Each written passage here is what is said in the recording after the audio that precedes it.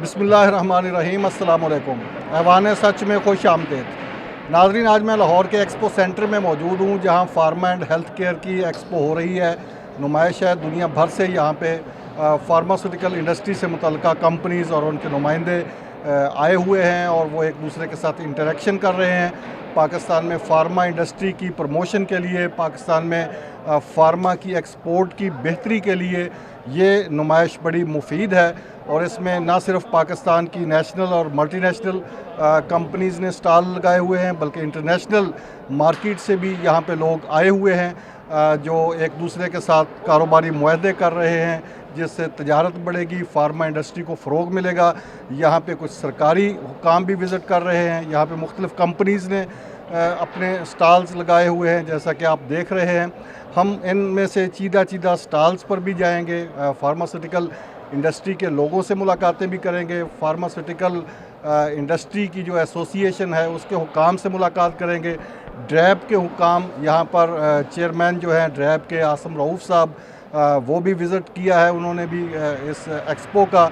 उनसे भी गुफ्तगू करेंगे और जानने की कोशिश करेंगे कि इस एक्सपो का पाकिस्तान की फार्मास्यूटिकल इंडस्ट्री को कितना बेनिफिट होगा और इस तरह की प्रैक्टिसेस मज़ीद कितनी जारी रहनी चाहिए।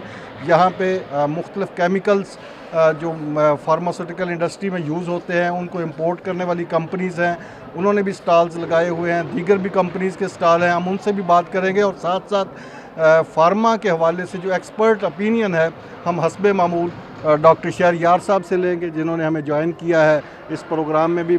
माजी की तरह गुफ्तगू का आगाज़ भी डॉक्टर साहब से ही कर लेते हैं और फिर मुख्तलिफ स्टॉल्स पर चलेंगे। डॉक्टर साहब, वेलकम। Thank you. इस एक्सपो के बारे में जो ये जारी रही जी, इस एक्सपो के बारे में ज़रा ओवरऑल बताइए, फिर हम आगे विज़िट करेंगे, आप हमारे साथ ही होंगे। देखिए, एक्सपो जो है, आपको पता है कि आप जब अपनी बेस्ट प्रैक्टिस या एक्सपीरियंस शेयरिंग करते हैं तो क्या होता है कि उससे इंडस्ट्री ग्रो करती है, उससे इंडस्ट्री के मसाइल एक दूसरे को पता लगते हैं और उनके मसाइल का हल निकलता है। अब इस एक्सपो में क्या है कि यहाँ पर जितने भी फार्मास्यूटिकल रॉ मटेरियल की एक्सपोर्ट करने वाली, इंपोर्ट करने वाली कंपनीज़ हैं, APIs की कंपनीज़ हैं, पैकेजिंग कंपनीज़ हैं, मशीनरी है, सारे के सारे लोग यहाँ पर हैं। उसके अलावा ड्रैब के लोग यहाँ पर होंगे, उसके अलावा बहुत सारे फॉरेन डेलीगेट्स होंगे। तो एक एक्सपीरियंस शेयरिंग होगा और एकेडमिक्स में, रिसर्च में, गुड मैन्युफैक्चरिंग प्रैक्टिसेस में जो है एक बहुत बड़ा एक एज होता है। जब आप रिसर्च एंड डेवलपमेंट के रेलेवेंट अपनी एक्सपीरियंस शेयर करते हैं, अपनी एक्टिविटीज़ शेयर करते हैं, तो ये बेसिकली फार्मास्यूटिकल इंडस्ट्री और ड्रैब हुकाम और उसके अलावा जो मार्केट है उनको मिला के अगर हम बात करें तो ये एक बहुत अच्छी काविश है। एक्सपोर्ट बढ़ाने में कितनी मददगार साबित होगी? देखिए, एक्सपोर्ट में जब आप एक्सपीरियंस शेयर करते हैं, आप एक दूसरे को अपनी प्रैक्टिस बताते हैं और ये इंटरनेशनल लेवल पे लोग आते हैं, विजिट करते हैं, वो देखते हैं कि रॉ मटेरियल कौन सा है, मैन्युफैक्चरिंग प्रोसेस कौन सा है, कौन से SOPs हैं, क्या तरीक़ाकार है और बेसिकली बैक स्टेज पे क्या होता है फार्मास्यूटिकल में, वो सारी की सारी जब इन्फॉर्मेशन रॉ हैंडेड नहीं बल्कि फ़र्स्ट हैंड इन्फॉर्मेशन जब पहुंचती है बाहर के लोगों तक, तो एक्सपोर्ट में दोनों चीज़ों में बहुत बड़ा बूम आता है, एक्सपोर्ट में बढ़ाने में भी और उसकी जो क्वालिटी एश्योरेंस है उसमें भी। ठीक है डॉक्टर साहब, हमारे साथ ही रहिएगा। हम इस हॉल को विज़िट भी करेंगे, मुख्तलिफ कंपनीज़ के स्टॉल पे भी जाएंगे और लोगों से भी बातें करेंगे। नाज़रीन, यहाँ पे एक ब्रेक लेते हैं और ब्रेक के बाद ये प्रोग्राम जारी है, मेरे साथ रहिएगा। नाज़रीन, ऐवान सच में एक बार फिर खुश आमदीद। आइए चलते हैं एक और स्टॉल की जानब। अस्सलाम वालेकुम जी। आप अपनी कंपनी का तारुफ भी करवाइए और ये भी बताइए कि क्या मसनूआत हैं, क्या करते हैं। अस्सलाम वालेकुम, मेरा नाम मोहम्मद इकबाल है। नियॉन केमिकल को रिप्रेजेंट करते हैं हम लोग, हेल्थ कैप्सूल को रिप्रेजेंट करते हैं, इसी तरह फाइटोकॉन इंटरनेशनल्स को। नियॉन केमिकल्स में हम लोग APIs की इंडेंटिंग करते हैं। इनएक्टिव की इंडेंटिंग है, पैकेजिंग की है, जिसमें रबर स्टॉपर, वाइल्स, एल्युमिनियम फॉयल है। हेल्थ कैप्सूल हमारा एक तोहफ़ा है पाकिस्तान के लिए कि हम हलाल जेलेटिन से हलाल कैप्सूल एम्प्टी शेल बना के फार्मास्यूटिकल इंडस्ट्री को सर्व कर रहे हैं। अल्हम्दुलिल्लाह सुम्मा अल्हम्दुलिल्लाह, हमने हमारी अप्रूवल है GSK से, हिल्टन से, इसी तरह मैक्टर से है, AGP, फ्रोसन, CCL, इन सब को हमारी कमर्शियल सप्लाई कंटिन्यूसली जा रही है। बाकी और जो इंडस्ट्री है उसमें भी बेतहाशा कैप्सूल है। कैप्सूल बनाने की जो फैसिलिटी है, 24 बिलियन कैप्सूल्स हम बना सकते हैं एक मंथ में। हम बेसिकली पहले कैप्सूल्स को इंपोर्ट करते थे, लेकिन उसमें हमें भी डाउट रहता था, दूसरी कंपनीज़ को भी डाउट रहता था ये हलाल हैं या नहीं हैं। तो इसी को मद्देनज़र रखते हुए हमने टेक्नोलॉजी ट्रांसफ़र की है चाइना से। हम टेक्नोलॉजी सेम जो बाहर है वो इधर लेके आए हैं, ताकि यहाँ पे लोकल लोगों को, लोकल इंडस्ट्री को हलाल कैप्सूल्स हम मुहैया कर सकें। ये जो हलाल कैप्सूल है ये आप एक्सपोर्ट भी कर रहे हैं? मैं इसी तरफ आना चाह रहा था। बेसिकली कुछ मुल्कों से जैसे चाइना है या थाईलैंड है, तो वहाँ पे आप खुद अवेयर हैं कि हलाल जानवर अवेलेबल ही नहीं है। तो चाइना में अब कितने हलाल जानवर होंगे जिनसे कैप्सूल बनाया जा सकता है। तो चूँकि वो एक इंडस्ट्री जो है वो दूसरे जानवरों पे ज़्यादा मुश्तमिल होती है, तो मेजर ये हड्डियों से और जानवर की जो खाल होती है उससे बनाया जाता है। और अल्हम्दुलिल्लाह Pakistan is blessed with the abundant, जहाँ पे हमारे जो हलाल जानवर हैं वो तो कुर्बानी भी और इसके अलावा भी पूरा साल का भी बनता है। दूसरा जो एक चीज़ हमारी डिस्टिंक्शन है HCP की, वो उसकी फुली ऑटोमेटाइजेशन है। फुली ऑटोमेटिक प्लांट है जिसमें ह्यूमन टच जो है वो निगलिजिबल है। तो जब आप फुली ऑटोमेटेड होते हैं और कोई ह्यूमन टच इन्वॉल्व नहीं होता, तो आप वो जो डिस्टिंक्शन है क्वालिटी वाली, उस पे हम फोकस करते हैं। जो हमारी हलाल की सर्टिफिकेशंस हैं, ISO सर्टिफिकेशंस हैं, और इस वक्त जितनी भी मल्टीनेशनल कंपनीज़ हैं वो सारी HCP से ही ले रही हैं। उसकी एक रीज़न तो ये है कि इतनी बड़ी लाइन पाकिस्तान में किसी के पास नहीं है। 12 लाइन्स, 24 बिलियन कैप्सूल जो है, तो अल्हम्दुलिल्लाह हमारा अकेला यूनिट जो है वो ना सिर्फ पाकिस्तान बल्कि चंद और मुल्कों की मुकम्मल जो 100% नीड्स हैं उनको कैटर कर सकता है। डॉक्टर साहब आप बताइए, ये हलाल हराम का तस्वर कैप्सूल में ये कैसा है? ये वो सेंटिमेंट्स के साथ ही खेला जा रहा है या इसकी कोई मेडिकल में भी कोई हैसियत है? पहले पूरी दुनिया से आपके पास कैप्सूल आते थे तो हलाल हराम का तो सवाल नहीं था, अब ये हलाल कैप्सूल इंट्रोड्यूस हुआ है, आप क्या कहें? देखिए, उसमें बात जहाँ तक एथिक्स की है, तो आपको पता है कि बीइंग अ मुस्लिम हम ये हमारा एक ऑब्लिगेशन है कि जो हम खाएं वो हलाल होना चाहिए। अब when it comes to the medicine, तो उसमें ऑब्वियसली जितने केमिकल्स हैं उनका सोर्स आपको इट डिपेंड्स कि वो कहाँ से है। लेकिन जब पैकिंग मटेरियल की बात की जाती है और जब हम हलाल हराम की बात कर सकते हैं, तो हमें जैसे कि अभी तारिक साहब ने कहा कि जी ह्यूमन जो इन्वॉल्वमेंट है वो जितनी पॉसिबली हम कम कर सकते हैं, उसी तरह हलाल हराम का जो कॉन्सेप्ट है, जब हमें पता होगा, अथेंटिक सोर्स होगा कि जी ये हलाल कैप्सूल है, तो फिर वो जो एक आपके जहन में डाउट है, जैसा कि बार बार राशिद साहब ने भी कहा कि जी एक डाउट होता था कि हलाल सोर्स है या हराम सोर्स है, क्योंकि कैप्सूल के अंदर आपने पूरे का पूरा जो आपका मेडिसिन का जो मटेरियल है वो आपने उसमें पैकिंग करना है, और जो पैकिंग है वही अल्टीमेटली जो क्वालिटी है उसको इंश्योर करती है। एक तो उसके हिसाब से हो गया। दूसरा, हलाल हराम का ऑब्वियसली ये एक कॉन्सेप्ट भी है और सेंटिमेंट्स भी इसमें इन्वॉल्व होते हैं। ये पाकिस्तान में पहली बार हुआ है? ये पाकिस्तान में पहली बार हुआ। ये पहला प्लांट है और ये पहली कंपनी है जो इस तरह की इनोवेशन के साथ और इस तरह अथेंटिक हैं। अब श्योर हैं तारिक साहब भी और राशिद साहब भी कि जी हमारे पास हलाल सोर्स है। This is sort of innovation, ये बहुत अच्छी बात है। और मैं तो ये कहूँगा कि हमारे यहाँ APIs जैसे कि PPM में है, उसी तरह APIs की जितनी कंपनीज़ हैं उनका भी फोरम होना चाहिए, और इसी तरह जितने सारे पैकेजिंग की कंपनीज़ हैं उनका भी एक फोरम होना चाहिए। और ये जो बेस्ट प्रैक्टिस हैं ये एक दूसरे के साथ शेयर करनी चाहिए, क्योंकि यहाँ पे इंडस्ट्री के सारे स्टेक होल्डर्स हैं। इंडस्ट्री के स्टेक होल्डर्स हैं, फार्मा के हैं, न्यूट्रा के हैं, पैकेजिंग के हैं, APIs के हैं। तो ये इस तरह की एग्जीबिशन में इस इनोवेशन को मज़ीद आगे बढ़ाना चाहिए, और इस कॉन्सेप्ट को मैं तो कहता हूँ कि नियोन को और HCP जो हेल्थ हमारी कैप्सूल्स हैं इनको इसको प्रॉपर तरीके से वाकई में मार्केट करना चाहिए, क्योंकि आप श्योर हैं कि अब आपके पास हराम नहीं बल्कि हलाल सोर्स है। जी, मैं इस वक्त सर्च लेबॉर्ट्रीज़ के स्टॉल पे मौजूद हूँ। लाल साहब मेरे साथ मौजूद हैं। सर्ज लेबॉर्ट्रीज़ नबी कासिम ग्रुप का एक हिस्सा है, और सर्ज लेबॉर्ट्रीज़ बेसिकली पाकिस्तान में माइक्रो इनकैप्सुलेटेड APIs की मैन्युफैक्चरिंग भी करते हैं, और इसकी एक्सपोर्ट भी हम दुनिया के मुख्तलिफ ममालिक में जहाँ पे पाकिस्तान से एक्सपोर्ट्स पहले कभी मुमकिन नहीं थी, उधर हम लोग एक्सपोर्ट्स भी करते हैं, जिनमें मिडल ईस्ट भी है, जिनमें साउथ अमेरिका भी है, नॉर्थ अफ्रीका भी है, और इवन बांग्लादेश भी है। सर्ज लेबॉर्ट्रीज़ ने ओवर द ईयर्स जो पाकिस्तान फार्मास्यूटिकल इंडस्ट्री के अंदर जो प्रोमिनेंट पर्सनालिटीज़ हैं और जो प्रोमिनेंट कंपनीज़ हैं जिन्होंने पाकिस्तान के अंदर इंपोर्ट सब्स्टिट्यूशन को फ़रोग़ दिया है, नई से नई टेक्नोलॉजीज़ पाकिस्तान के अंदर लेके आए हैं, उन तमाम फार्मास्यूटिकल कंपनीज़ को सर्ज ने फार्मास्यूटिकल एक्सलेंस अवार्ड के ज़रिए उनकी तमाम काविशों को जो है वो एक्नॉलेज किया है। और उसको इसके अंदर ना सिर्फ हमने फार्मास्यूटिकल कंपनीज़ जो कि मैन्युफैक्चरिंग कंपनीज़ हैं उनको अवार्ड दिए हैं, बल्कि हमने फार्मास्यूटिकल से रिलेटेड जो अलाइड इंडस्ट्रीज़ हैं जैसे इंडेंटिंग हाउसेज़ हैं जो पाकिस्तान में नए से नए APIs को मुतारिफ़ कराते हैं, इसके साथ साथ हमने ड्रग रेगुलेटरी अथॉरिटी के भी वो लोग जिनकी वजह से आज फार्मास्यूटिकल इंडस्ट्री के अंदर GMP के ऐन तकाज़ों को मुमकिन बनाया जा रहा है, फार्मास्यूटिकल इंडस्ट्री को परवान चढ़ाया जा रहा है, और उसमें वो तमाम तकाज़े जिन्होंने फ्यूचर फार्मास्यूटिकल के अंदर जो एक्सपोर्ट्स हैं उनको फ़रोग़ देना है, उन तमाम पर्सनालिटीज़ को भी हमने दिए हैं। जी, इस एक्सपो में एक बड़ा मुनफरद स्टॉल भी लगा है, वो है शहद का स्टॉल और शहद से मुख्तलिफ़ किस्म के मुरब्बा जात बनाने का स्टॉल। इफ्तिखार साहब मेरे साथ मौजूद हैं, जो इस सारे स्टॉल के जो चीफ एग्जेक्टिव हैं, उनसे जानते हैं। इफ्तिखार साहब, अपना तारफ़ करवाइए और फिर ये शहद की जो मार्केट आपने खोली हुई है, ये शहद की मार्केट में कितनी किस्म के शहद हैं आपके पास, और इस शहद से आप क्या क्या बनाते हैं? ये ऐसा है कि जी अल्लाह की रहमत से मुझे हनी पे रिसर्च करते हुए 21-22 साल हो गए, और हनी में तकरीबन मैंने जो अब तक काउंट किए हैं अक़साम, वो 300 से अबव हैं, 370 के करीब हैं। शहद की 300 से ज़्यादा किस्में? 370 से ज़्यादा मैंने अभी तक काउंट किए हैं, और अभी ऑनवर्ड रिसर्च जारी है, और इसमें मेरे पास मोर देन 100 मेरे पास अवेलेबल हैं।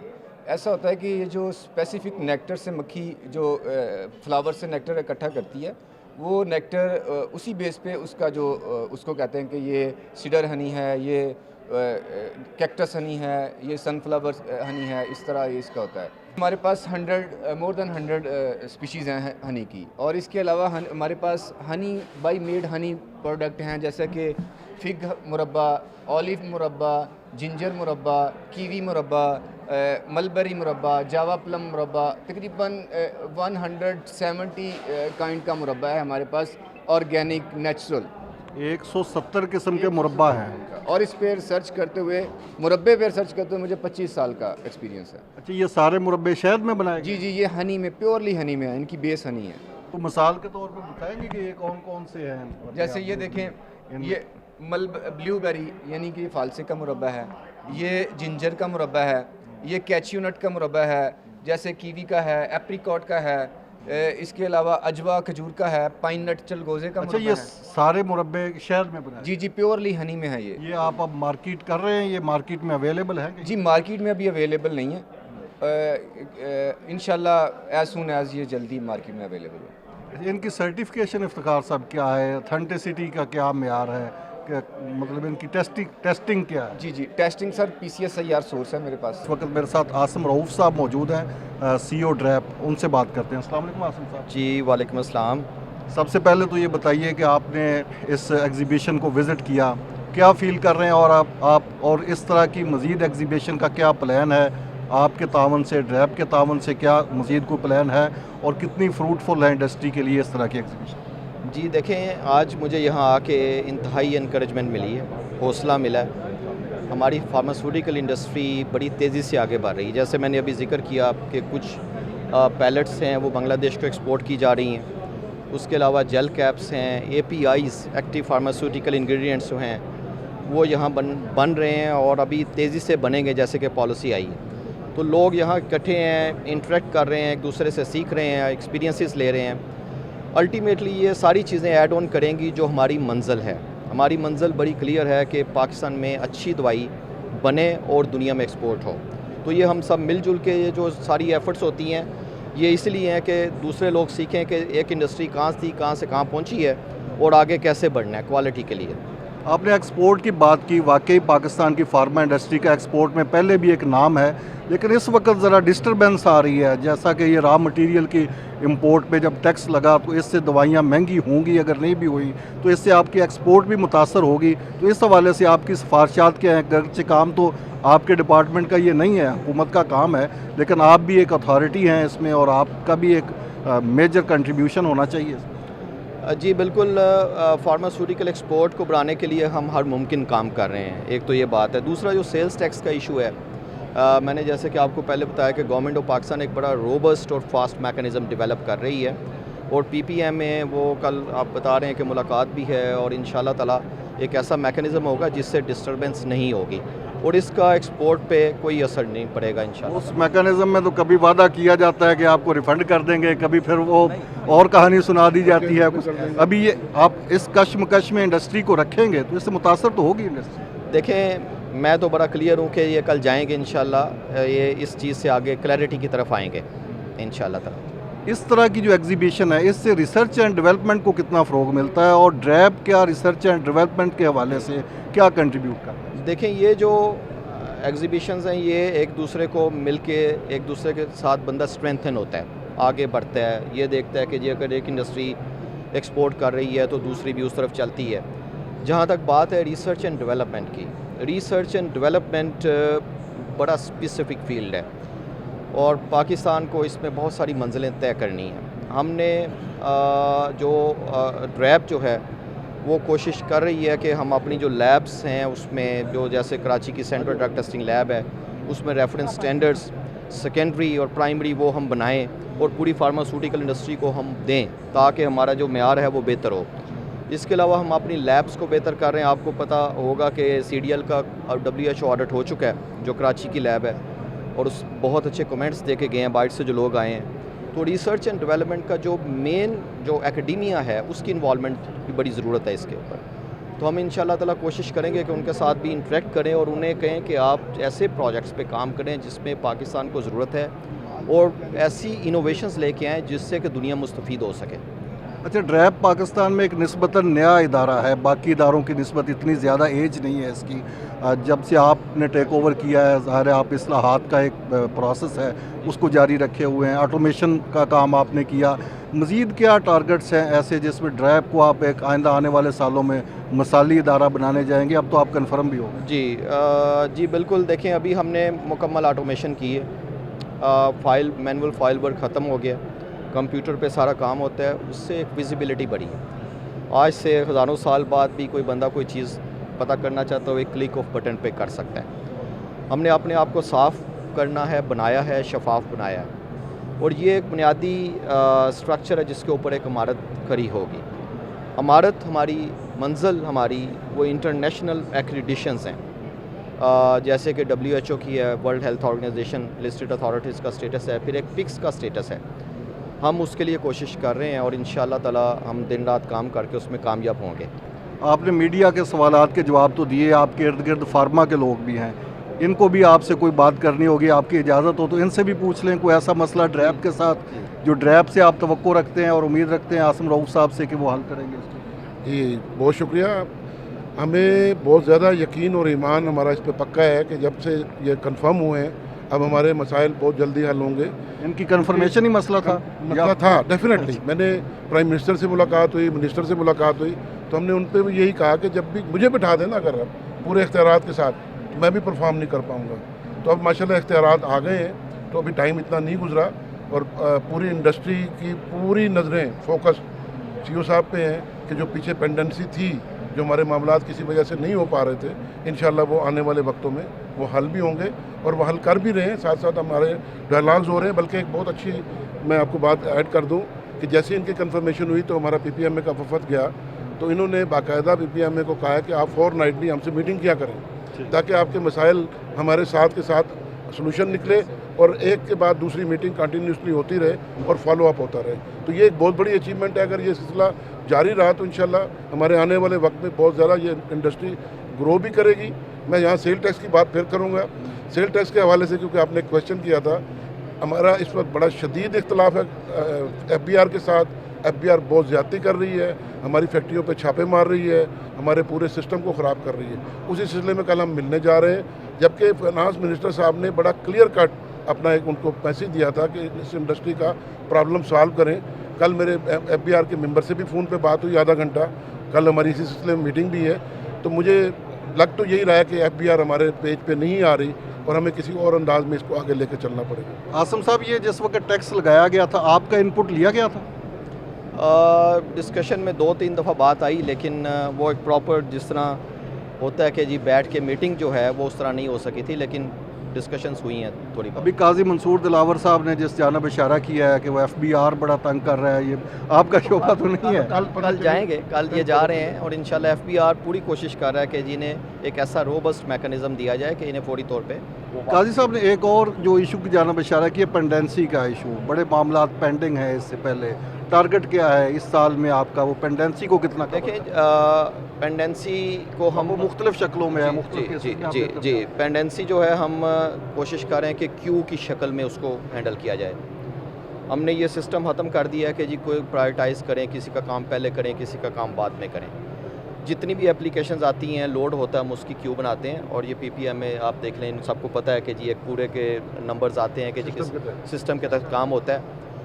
हम जो तेज़ी है, जो क्विक होना है, उसको हम इस तरह नहीं करना चाहते कि क्वालिटी मुतासर हो। हम अपना जो क्वालिटी एस्पेक्ट्स हैं उसको डिस्टर्ब किए बगैर मैक्सिमम कोशिश कर रहे हैं कि जल्दी से जल्दी जो है वो चीज़ें जो है वो डिस्पोज ऑफ हों। और इंशाल्लाह आप देखेंगे हम एक पूरा एक मैकेनिज़्म डेवलप कर रहे हैं। वो मैकेनिज़्म जो है वो इंशाल्लाह ताला मेक श्योर करेगा कि लोगों के जो एप्लीकेशंस हैं वो जल्दी डिस्पोज ऑफ होंगी इंशाल्लाह। आप कुछ कहना चाहिए? हामिद रज़ा फॉर्मर चेयरमैन हूँ PPMA का। देखें, इश्यूज़ तो हर वक्त रहते हैं इंडस्ट्री के इदारों के साथ, लेकिन जब आपको ये यकीन हो कि टॉप लीडरशिप जो है वो ऑनेस्ट है और कमिटेड है तो आपको एक होप पैदा होती है। और यही होप हमें आसिम साहब की सूरत में नज़र आती है कि इंशाल्लाह आप इनका अगर पूरा करियर देखें तो कोई एक उंगली नहीं उठा सकता और इनकी कमिटमेंट बहुत हाईएस्ट लेवल की है। And we are very sure कि जो भी मसाइल हैं, जैसे मंसूर दिलावर साहब ने कहा रजिस्ट्रेशन में पेंडेंसी है, या अभी रिम्स का जो नया प्रोग्राम आया ऑनलाइन का, वो उसके जो एक आप कहें ना एक न्यू चाइल्ड के एक जो मसाइल होते हैं वो थोड़े बहुत हैं, but the real believe is that commitment is there, honesty is there, और वही नीचे इनके डिपार्टमेंट भी ट्रिकल डाउन करेगी इंशाल्लाह। बड़ी अच्छी उम्मीद है। मैं एक सवाल आखिरी करूंगा, पहले काजी साहब से, फिर आपका उस पर रिस्पांस लूँगा। काजी साहब, पाकिस्तान में इस वक्त हमारे इर्द गिर्द फार्मा के लोग भी हैं और रैप के लोग भी हैं। इस वक्त कोई नया बंदा आके फार्मा में इंडस्ट्री लगाना चाहे तो उसके लिए माहौल कितना साजगार है पाकिस्तान में? जी बिल्कुल नहीं है साजगार। फिर आप खुश किस बात पे हो जो रहे हैं? सच है नहीं, उसके रीज़न 2-3 रीज़न हैं। उसमें जो उसमें फिर मैं सेल टैक्स की बात करूंगा। उसमें कुछ हमारी इनके साथ मीटिंग्स चल रही हैं रिगार्डिंग CTD डोजियर। उसमें कहीं ना कहीं हम चाह रहे हैं कि हमें अकोमोडेट करें नए आने वाली इंडस्ट्री की, ताकि नई इन्वेस्टमेंट आए। नई इन्वेस्टमेंट आएगी तो डेफिनेटली रोज़गार मार्केट में आएगा। हज़ारों लाखों लोगों को ऑलरेडी हम रोज़गार दे रहे हैं, मज़ीद लोगों को रोज़गार मिलेगा। तो उसमें एक तो CTD हमारे दरमियान में एक रुकावट है। उसमें हमारी 2-3 मीटिंग्स हुई हैं। उसमें 2 हमारे PPMA के जो मुतालबात हैं कि नई इंडस्ट्री को और नए सेक्शन को एग्जाम किया जाए CTD से और 2-3 साल का टाइम दिया जाए। असल में हुआ ये है कि जब CTD डोजियर लगाया गया तो ड्रैब के पास ट्रेन टीम नहीं थी और इंडस्ट्री के पास भी नहीं थी। तो ये इस दरमियान 2 सालों में इतना बड़ा प्रॉब्लम रहा दोनों एंड से। अब किसी हद तक वहाँ पे एक सिस्टम अभी इन्होंने बनाया है, हमारा एक ईमेल का सिस्टम बन गया है, ताकि कहीं पे भी अगर वो मिसयूज़ कर रहे हैं वहाँ के ड्रैब के लोग तो वो सीनियर के नॉलेज में आए, CO साहब के भी, और हमारे नॉलेज में भी आए। तो सिस्टम को तो हमने बनाया है। अब रही बात अगेन कि अगर मैं ये कहूँ कि साजगार है तो अगेन जवाब है नो। इसका मैं भी एक जवाब देना चाहूँगा। बात दरअसल ये कि जहाँ तक आपने नए मैन्युफैक्चरर्स की बात की, तो अभी हाल ही में ड्रैब की तरफ से API पॉलिसी इंट्रोड्यूस हुई है और उस API पॉलिसी के तहत गवर्नमेंट की भी यही ख्वाहिश है कि ज़्यादा से ज़्यादा API मैन्युफैक्चरिंग पाकिस्तान में उसको फ़रोग़ दिया जाए। तो इसमें हम एक्सपेक्ट कर रहे हैं कि बहुत सी टेक्नोलॉजी ट्रांसफ़र्स के साथ नए API प्लांट यहाँ लगेंगे और साइमल्टेनियसली इस वक्त भी जैसे आसिम साहब ने कहा कि हम बांग्लादेश के साथ साथ साउथ अमेरिका में, ब्राज़ील में, अर्जेंटीना में, टूनीज़िया में, वो मार्केट्स जहाँ पहले कभी पाकिस्तान की आउटरीच नहीं थी, वहाँ पैलेट्स और ग्रैन्यूल्स की सूरत में हम एक्सपोर्ट कर रहे हैं, जो कि एक बहुत बड़ी जो है वो संगे मील है। तो इसी तरह API के लिए जिस तरह से काम हो रहा है, हम उसी तरह ये इस बात का जो है अंदाज़ा लगाना चाहते हैं और इसमें ड्रैब की तरफ से सपोर्ट लेना चाहते हैं कि फिनिश प्रोडक्ट्स के अंदर भी फैसिलिटेशन की जाए, कॉन्ट्रैक्ट मैन्युफैक्चरिंग पॉलिसी को ट्रू सेंस में जो है वो बेहतर किया जाए। कई कंपनियां ऐसी जो कई सालों से प्रोडक्ट बना रही हैं, उनके लिए ईज़ किया जाए ताकि कंपनीज जो नई आ रही हैं वो अपने कुछ रेवेन्यूज़ इनिशियल डेज़ के साथ ही जनरेट कर सकें। आसिम साहब, काजी साहब ने और भाई साहब ने मेरे सवाल को मज़ीद जामे कर दिया है। अब आप बताएं कि कैसे जी, environment मैं बड़ी क्लैरिटी से एक चीज़ कि मैनुअल इंटरेक्शन को हम ख़त्म कर, एक जब आप ऑफिस में बैठ के आप एप्लीकेशन सबमिट कर सकते हैं तो दैट मीन्स कि आपका और एक ड्रैब के किसी बंदे बिलाशुबा ईज़ ऑफ डूइंग बिजनेस है ये बहुत। जब वो अप्लाई करेंगे उसके बाद जितना भी लेट होगा वो हमारे ट्रेसेबल होगा, हमारे एंड पे होगा। हमें हर चीज़ को डिस्पोज ऑफ करना है टाइमली मैनर में। हमारी SOPs बन गई, वो SOPs वेबसाइट पे अवेलेबल हैं। अब उसमें सिर्फ एक ही चीज़ हाइल होती है, वो ये है कि अगर एप्लीकेशन ज़्यादा तो हम उसकी क्यू लगा देते हैं और उस क्यू को भी नहीं तोड़ा जाता, बिल्कुल मिन 1, 2, 3 के किया जाता है।